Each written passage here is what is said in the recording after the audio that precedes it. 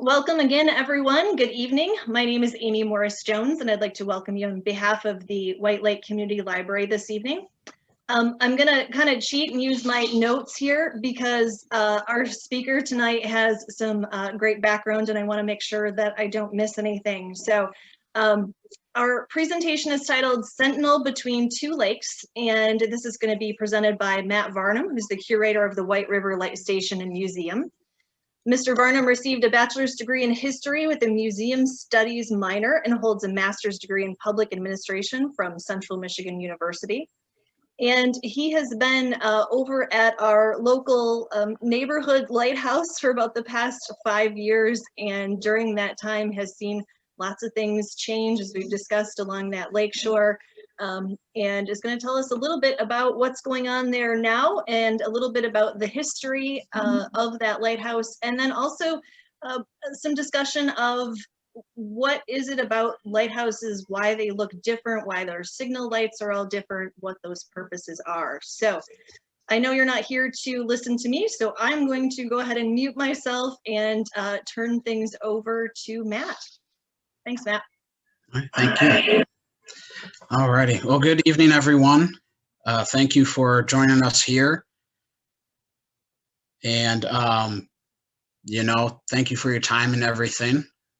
Before we get going, everyone can hear me okay and no issues whatsoever. Sometimes the internet out here likes to act up right when I don't want it to. So want to make sure you guys can hear me okay.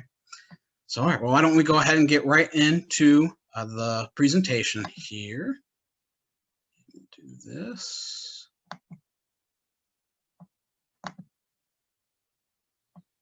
And all right.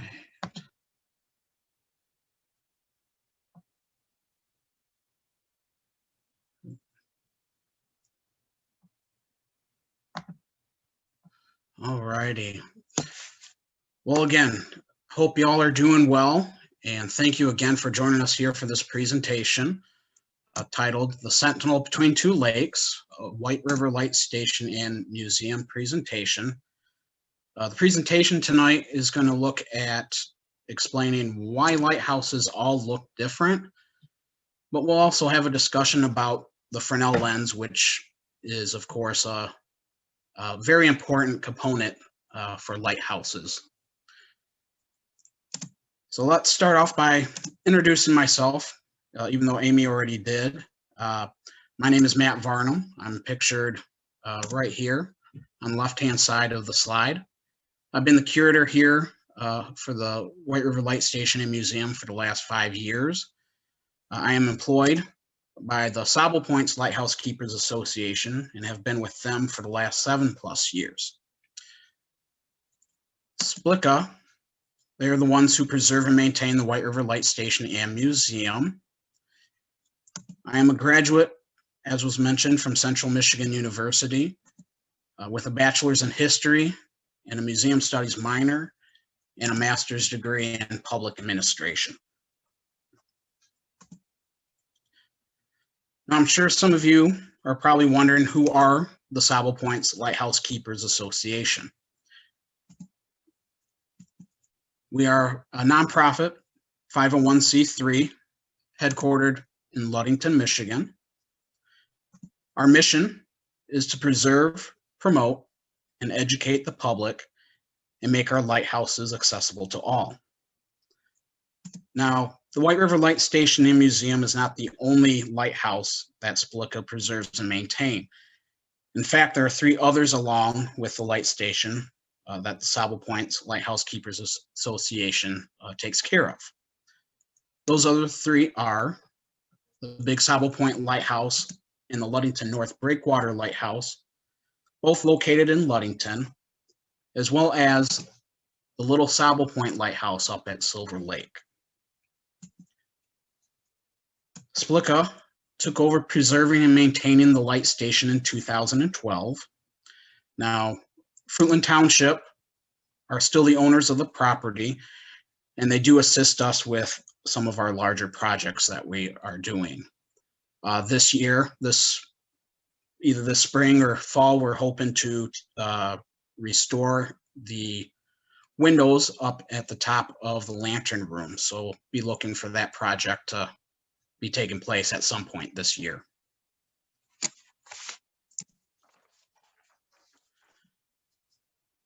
Before we get into why lighthouses all look different in the Fresnel lens, I wanted to share some important dates in the history of the White River Light Station. 1866, there was an act of Congress that appropriated money for the construction of the channel here that connected White Lake with Lake Michigan. There was money also set aside for a harbor light to be constructed at the channel. 1875, construction began on September 28th, and it took the team about 3 months to complete, with work finishing on December 28th, 1875.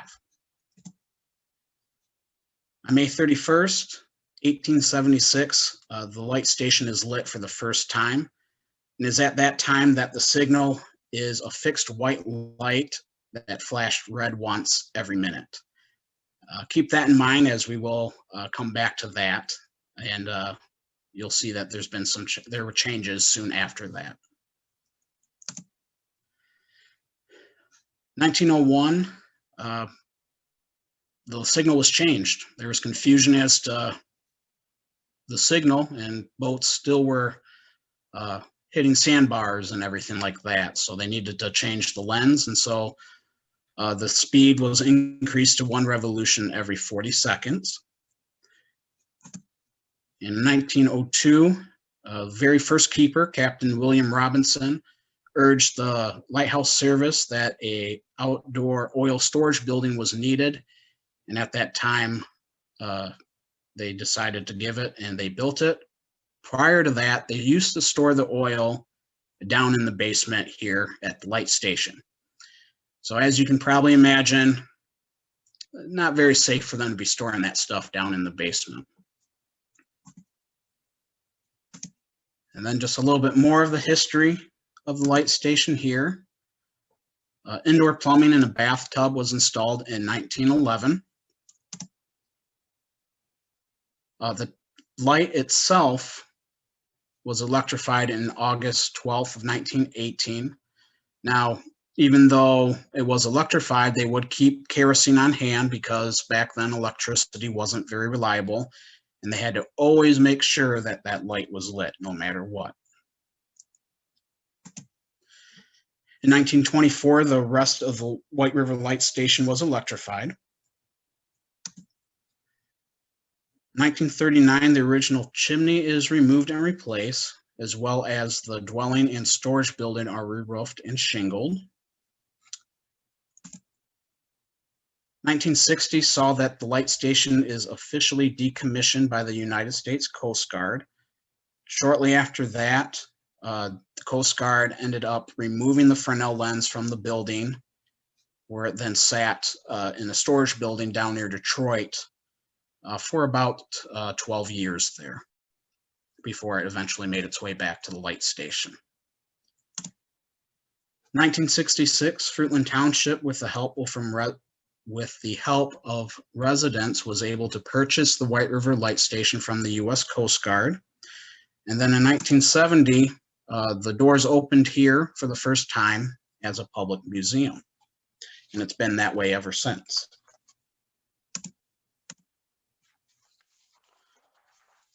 So let's discuss some lighthouse facts, because these are normally some of the questions that I get on a daily basis during the season. And usually I have a hard time remembering them, so hopefully this will help get the word out as to the answer to these questions. The first known lighthouse was located in Alexandria, Egypt, and was built between 300 and 280 BC. Stood about 450 feet high and was considered one of the 7 wonders of the ancient world. Now, the first lighthouse built in America was built in Boston on Little Brewster Island in 1716. Unfortunately, its first keeper, George Worthylake, and his wife and daughter ended up drowning on their return to the island in 1718. The original tower was destroyed during the American Revolution, but was eventually reconstructed in 1784. The first lighthouse built on the Great Lakes was in Buffalo in Erie, Pennsylvania in 1818. And one of the funnier questions that I get from people is, where's the elevator here at? Well, none of them really have one, but there is one. And that one lighthouse with an elevator is located at Sullivan's Island in Charleston, South Carolina. Now, at one time, there was never any more than 850 lighthouses in operation, although there was about 1,500 that were constructed in this country over the years. There are 267 constructed on the U.S. shores of the Great Lakes, with Michigan having the most with about 140, followed by Maine with 80. And today, the state with the most lighthouses is still Michigan with 124. And of course, depending on definitions, the number could be up to 130.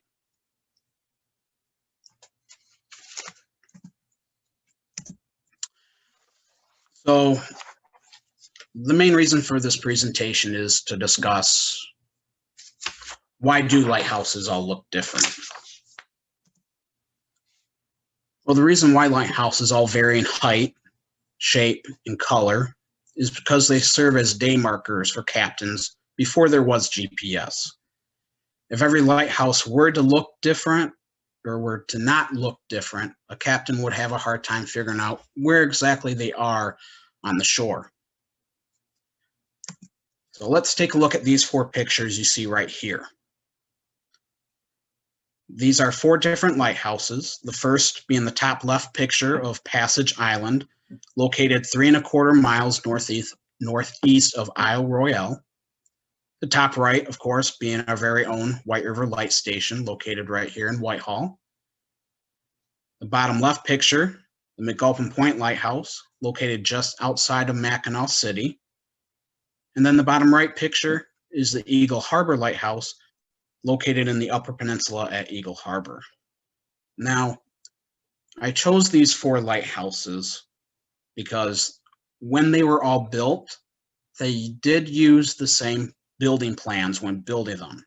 I'm sure you all can see by looking at them that they do have some similarities, but it is the differences that these captains would look at their little journal so that they knew exactly where they were at. As you can see by most of these pictures, you know, the color of brick used is different. The color of their shutters, if they even have shutters, is different. The color of the tower, of what the lantern room is colored, or the catwalk is colored. Same with the roof, different color. All that plays a factor into what captains will be looking for during the day to see where they're at. Another example is 2 of our other lighthouses, Big Sable Point and Little Sable Point. They use the same plans for those, but back in the day, of course, Little Sable was painted white. Was sandblasted in the 70s by the Coast Guard because they were tired of painting it every year. So they had to do that. And then, of course, Big Sable is steel-cladded black with white stripes. So that all plays a part into the day marker.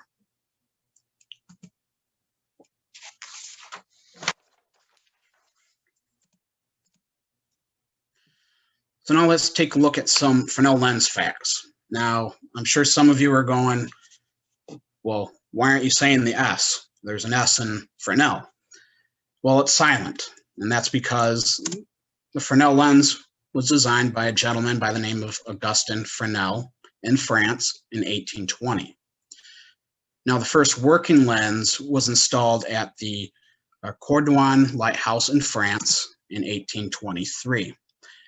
For those of you who speak French, I do apologize if I butchered that name.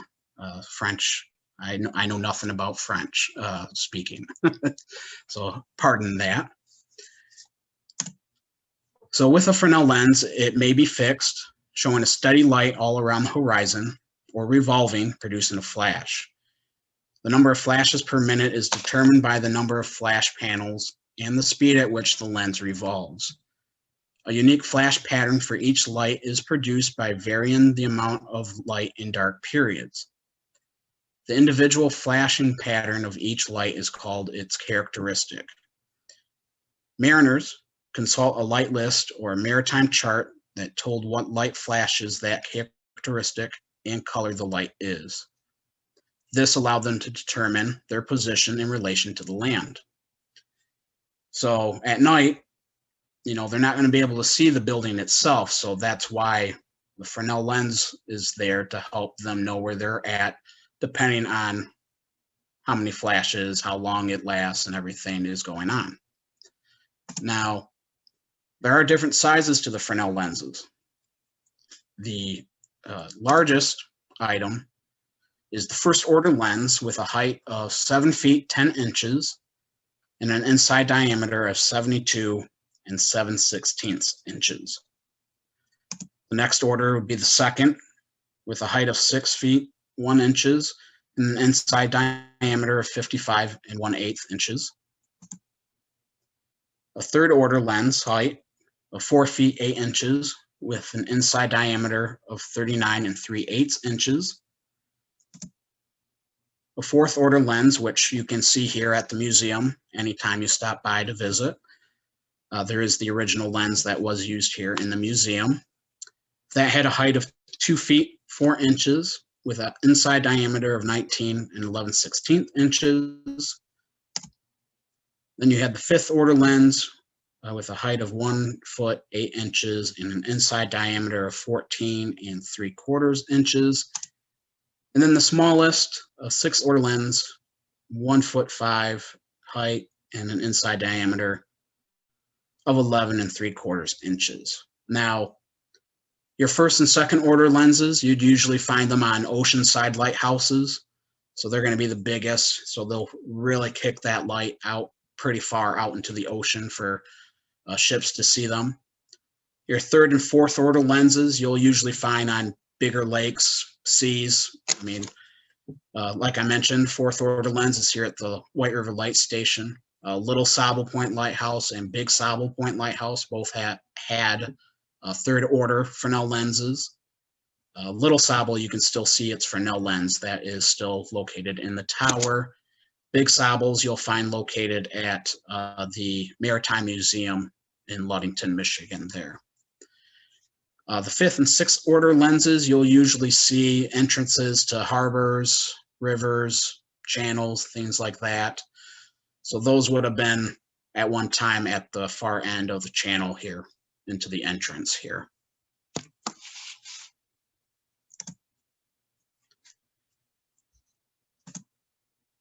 So how does a Fresnel lens work? Well, the diagram pictured here shows how a Fresnel lens works.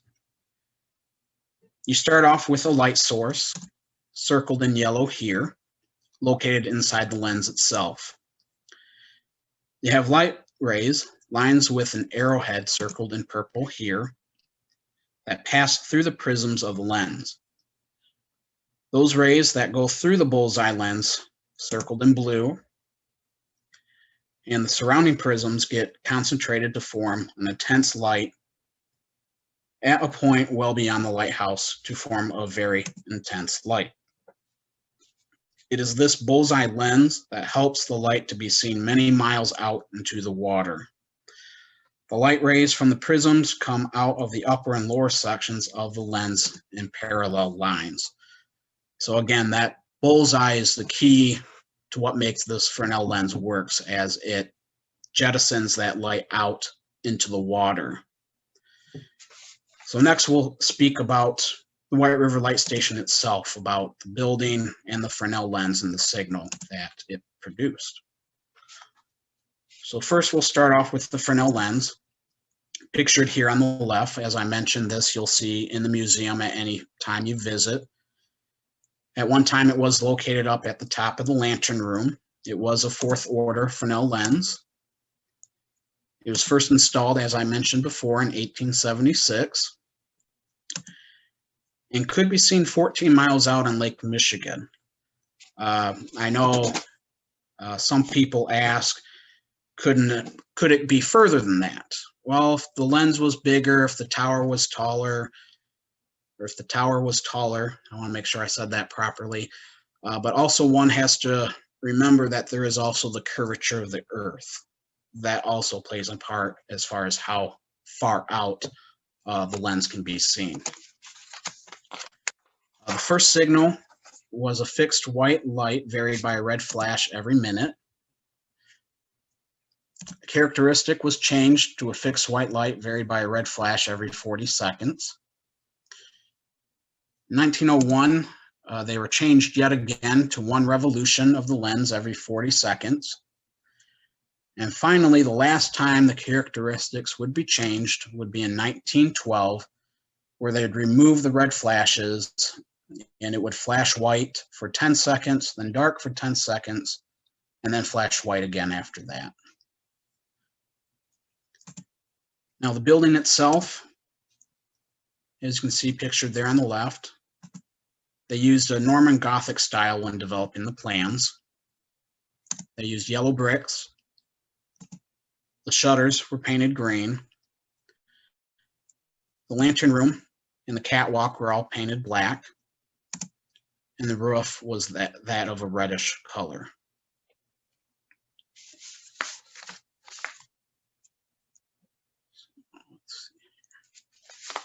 All right, so now I am going to make a pitch.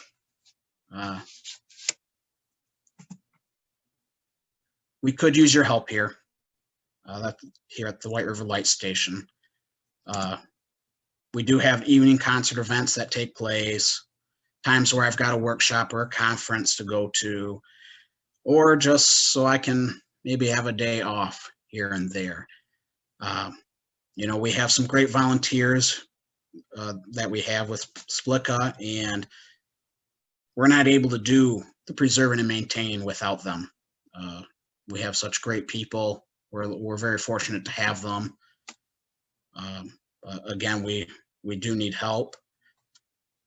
If you are interested at all in volunteering, you can find out all that information on our website, www.splka.org. If you have any questions after the fact or anything, please feel free to contact me. You can reach me by phone at 231-894-8265. And if I don't answer, please leave a message, as I will definitely return your call if you leave a message. Or you can reach me by email at whiteriverlight@gmail.com. That's all one word. Now I'm going to challenge you guys.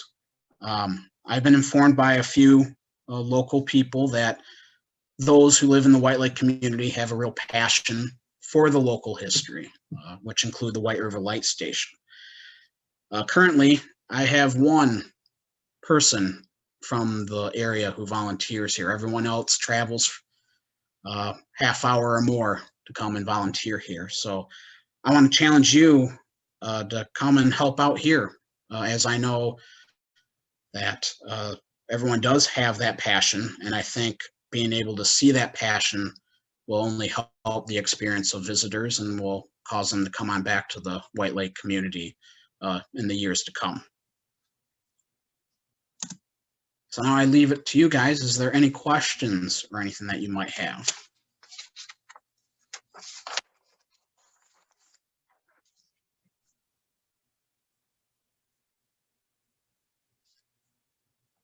Well, the questions are coming because I'm hoping they're out there. Yeah. Would you just kind of talk us through a little bit of like what a volunteer would be in for? Because I know, you know, sometimes people get nervous about, well, I'm not an expert on this and I don't know enough. You know, you were talking about some of those questions that people asked and you have a hard time remembering answers. Is there a cheat sheet for volunteers?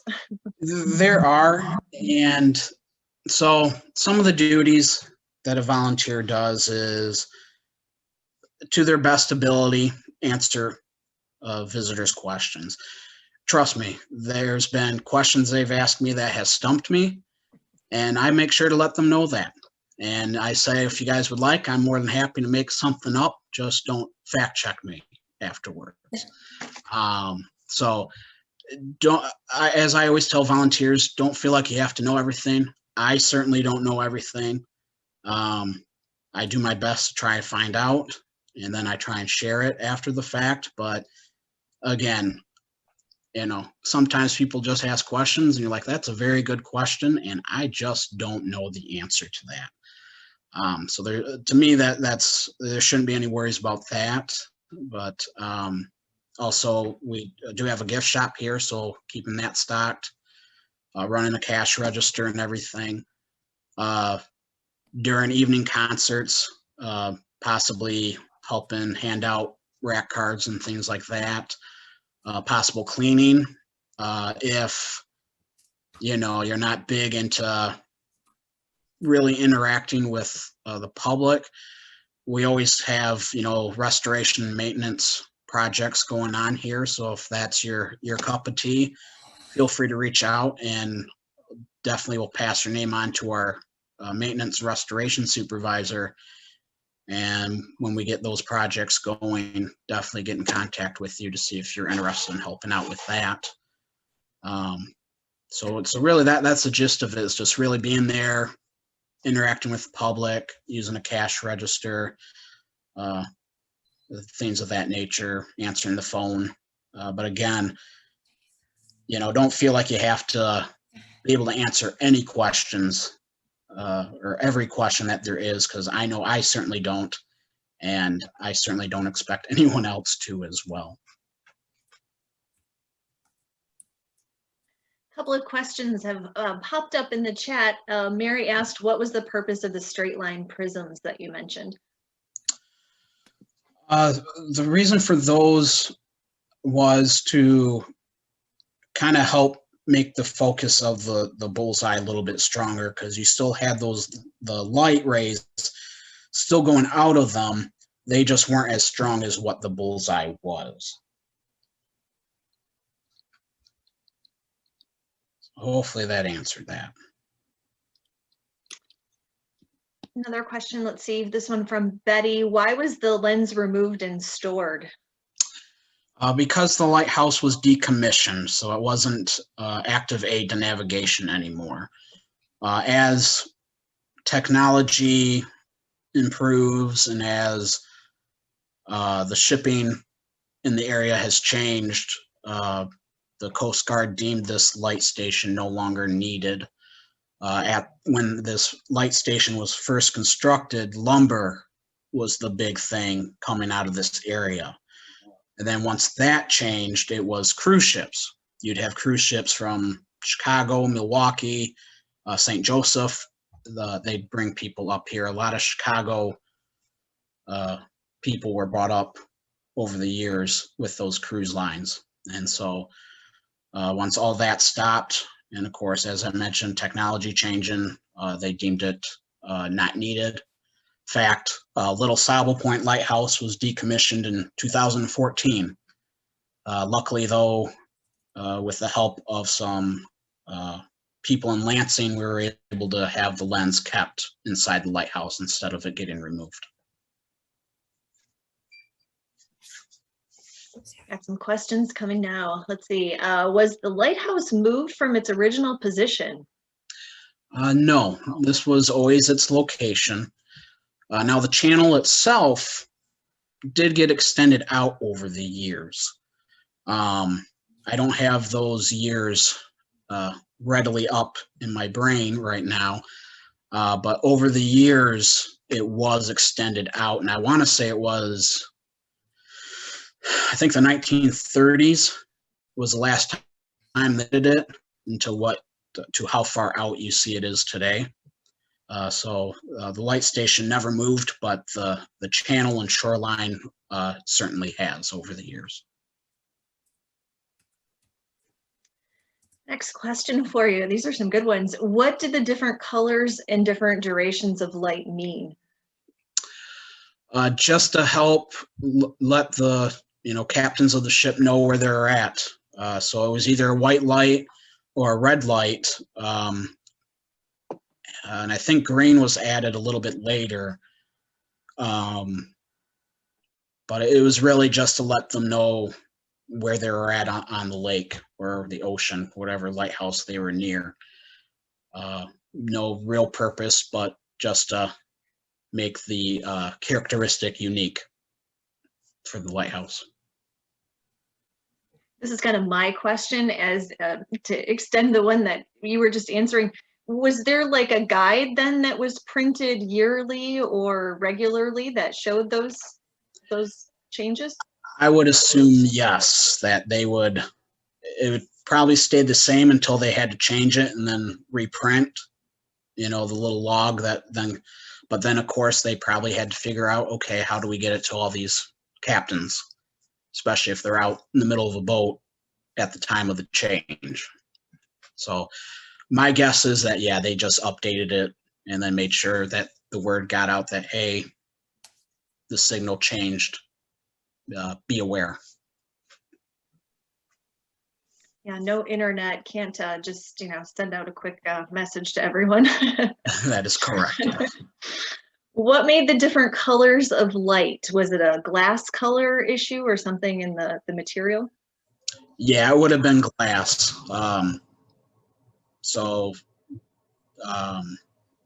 Like I know with the Ludington North Breakwater light, that's a green light. So like right now they have a little LCD light that's in an acrylic shape of a Fresnel lens, but that's all green.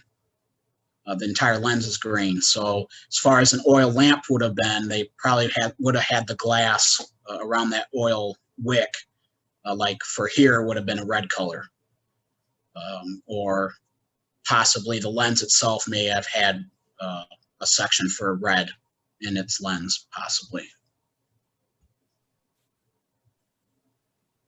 Another good one.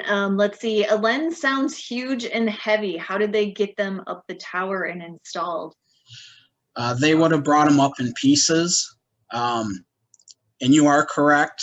The one here is extremely heavy. We moved it before my time here. I helped move it from one side of the room it's in to the other, probably 10 feet. And it took 5 of us to move it. It was, yeah, heavy is only the beginning to describe it. Carla asked, are there any working lighthouses on the Great Lakes these days? Oh yeah, there's a number of them. Like the 2 down in Muskegon, those are working lighthouses. The 2 up in Ludington, Big Sobble and the Breakwater Lighthouse, those are working.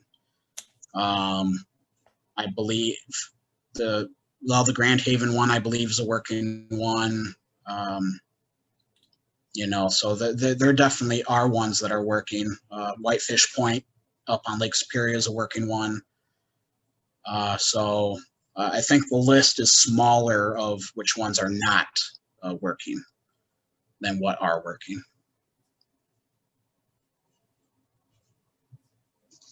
This one isn't a question, but a really interesting comment. It says, I'm a descendant of Captain William Robinson. I would love to volunteer, but I'm currently living in Western North Dakota, but hoping to move back to the area in a year or two. And Okay. Thanks for the presentation. Yeah, hopefully that'd be great to, hopefully if you're in the area, whether moving back or just visiting, I'm sure a visit would be great. Yeah, I mean, I get a number of descendants from a couple of the different families who were keepers here of the light station, and it's always great seeing them stop by and then seeing the excitement in their eyes as they're climbing the same steps their relatives did back in the day. So they get a kick out of it, and it's great to see how much they're enjoying it. Here's a good trivia question for you. Why was the elevator needed at Sullivan Island? To be honest, I do not know, but I'm sure the number of times I get asked that question here, maybe they were thinking ahead. That one I do not know. I know, like here, so from the base, from the main level of the building up to the top of the lantern room.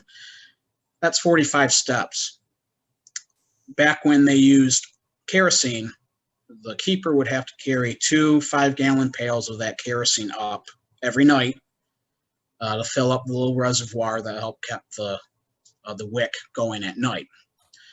So I forget how heavy that is, but you know, it's a good amount of weight of having to carry up those stairs. So maybe with that, the reason for the elevator is for that reason, to help carry the kerosene back in the day up there, instead of climbing the hundreds of steps I'm sure that one has to get up to the lantern room.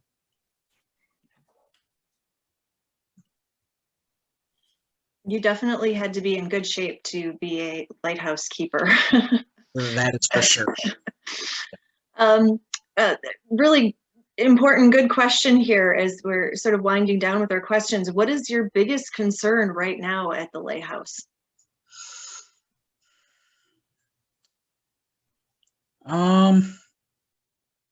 You know, nothing pressing, to be honest with you.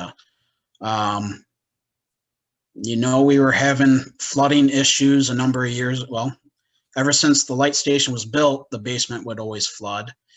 And up until 2015, it would flood every spring. So that was the big issue there. But since then, we put a couple of sump pumps down there, dehumidifiers and everything. So that seems to have alleviated the issue. I know with how high the water was these last couple of years, I would constantly hear those sump pumps going at all hours of the day. But since the water level seemed to have gone down, I'm not hearing it as often. So I'm happy about that, so that the water's not seeping up through the floor down in the basement there. So at one time it was that. As far as anything pressing, not at the moment. There isn't.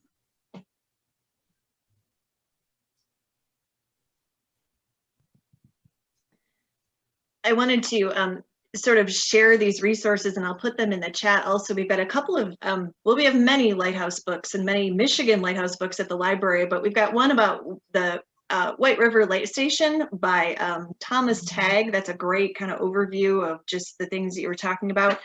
But I wanted to show this one because I wanted to ask this question. Michigan's haunted lighthouses. Does our lighthouse have a resident ghost? There are stories. I haven't experienced it. I am the curator who lives on site year round. I haven't experienced anything. I always tell people, you know, it's possible they just don't like me. So that's why I haven't experienced anything, although I do wish the one story of the cleaning taking place would be true, as I'd like that help from time to time. But unfortunately, I have not experienced any paranormal activity here. All right, looks like a couple more questions. Can you explain the mechanism that is like a clock with a counterweight? I think you have one visible at the Yes, that is a very good question. So it's just like a grandfather clock. A keeper would have to go up at least a couple times a night and wind it up. There's a little table up towards the top of the tower that weight would then rest on. And then when they were ready to, you know, start the rotation of the lens, they would then pull that table and the weight would slowly go down, just like with a grandfather clock. Now that weight, from the research I have done, weighs, let's see if I can recall, I want to say 50 pounds. It weighs 50 pounds. So that would last anywhere from 4 to 6 hours, one time going down the tower here. Of course, with a bigger tower or a taller tower, that would last a lot longer, of course, depending on the signal and the speed that the lens needed to rotate. But this one was between 4 to 6 hours that would last.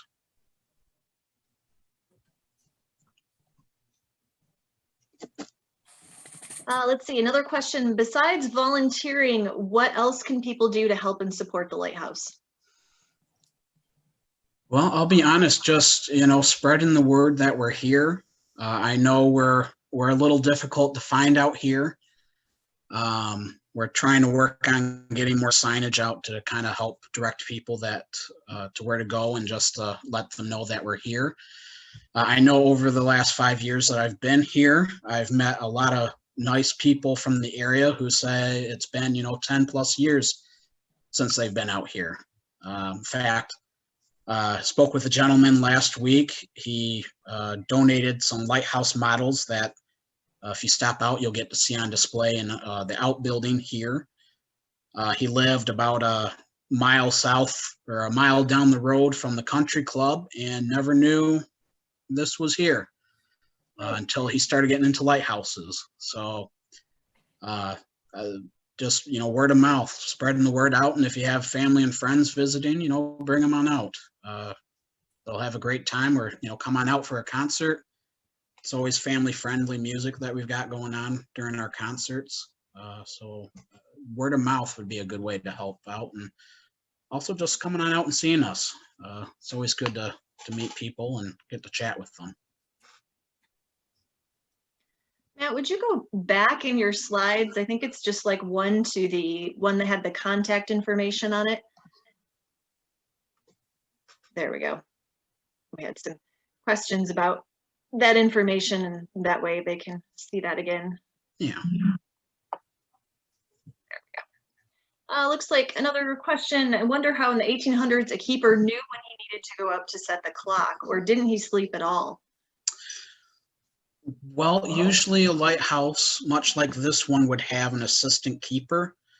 So I'm sure they would trade off, or if you had a mean old nasty head keeper who, I don't work evenings, then they'd switch on and off. So you'd have someone during the day doing all the cleaning, getting all the kerosene cans ready to go for the day and everything like that. And then at night you had someone keeping that light lit, making sure it stayed lit, and doing other minor things that they could do at night to keep that light going.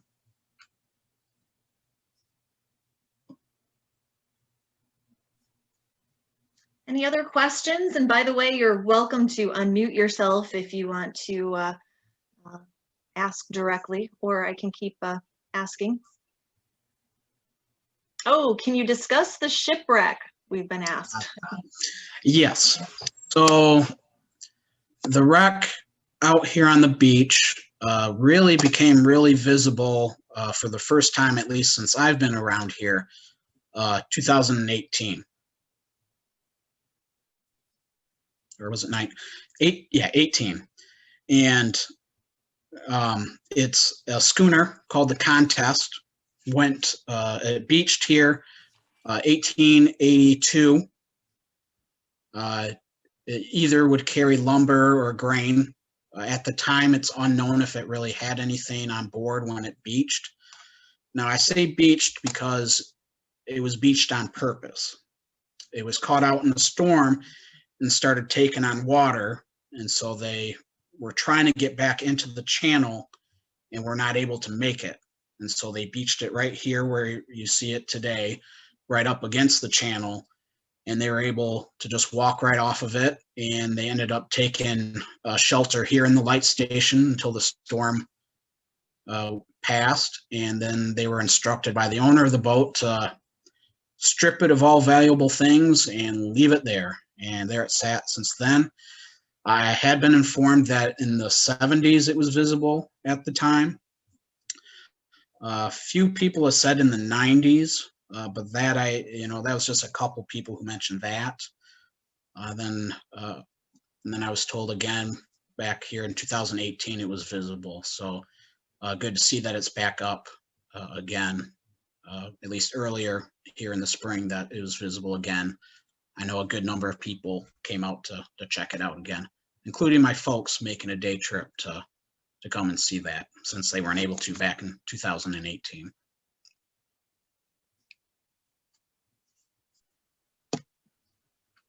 I dragged my family there too, from the other side of the state to see it. I'm not sure how happy they were, but it was cold. But once we got there and you see it, it's amazing. Just to, it almost looks like a skeleton or something sticking up out of the sand.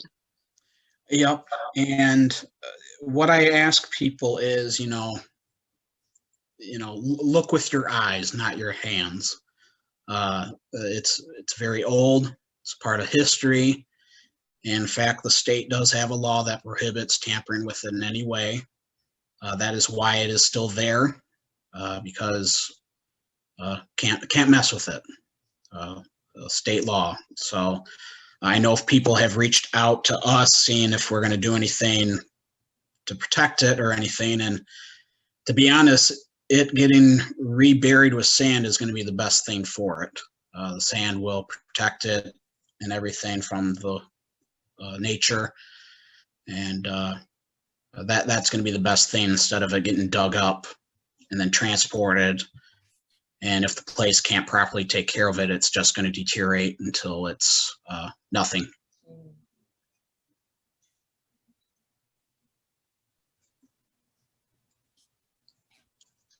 We have one of the SPLCA board members with us, Sarah, tonight. Thanks for being here, Sarah. And she's just reminded everyone that they're always accepting donations also. So if you're not able to volunteer your time, definitely check out that website, and there's information there about how you can direct your donations. And I'm sure, Matt, they can contact you also to make those arrangements. Yeah. Feel free to reach out, and I can certainly answer the questions, and if I can, I'll definitely point the person in the right direction or look into it myself and get back to that person. Well, I think our questions have kind of wound down here, so I'm going to just kind of make this our last note here. A big thank you to Matt, to SPLCA, to everyone who's worked to keep this piece of history alive right in our backyards. It's a great thing to have here, and it's really only here because there are a lot of people who care about it and who have put that effort into preserving it. So thank you for the work that you do. And again, a reminder that they're looking for people to help keep this lighthouse here for generations to come. So keep that in mind. Also keep in mind our presentation is recorded, and as I said, it will be emailed to everyone hopefully tomorrow if all goes well, and will be available on our library's website and social media channels. So feel free to share it with anyone you might find who could be interested. Thank you for being here. We appreciate it. And while you're at the library's website, know that we've got recordings of all of our other presentations there as well. We did a great one on fitness in what's sort of our new norm these days, one on Hemingway, all sorts of topics. So stop in and see us. Again, take care, everyone. Have a great night, and thanks for being here. Thank you again, everyone. Take care. Thank you.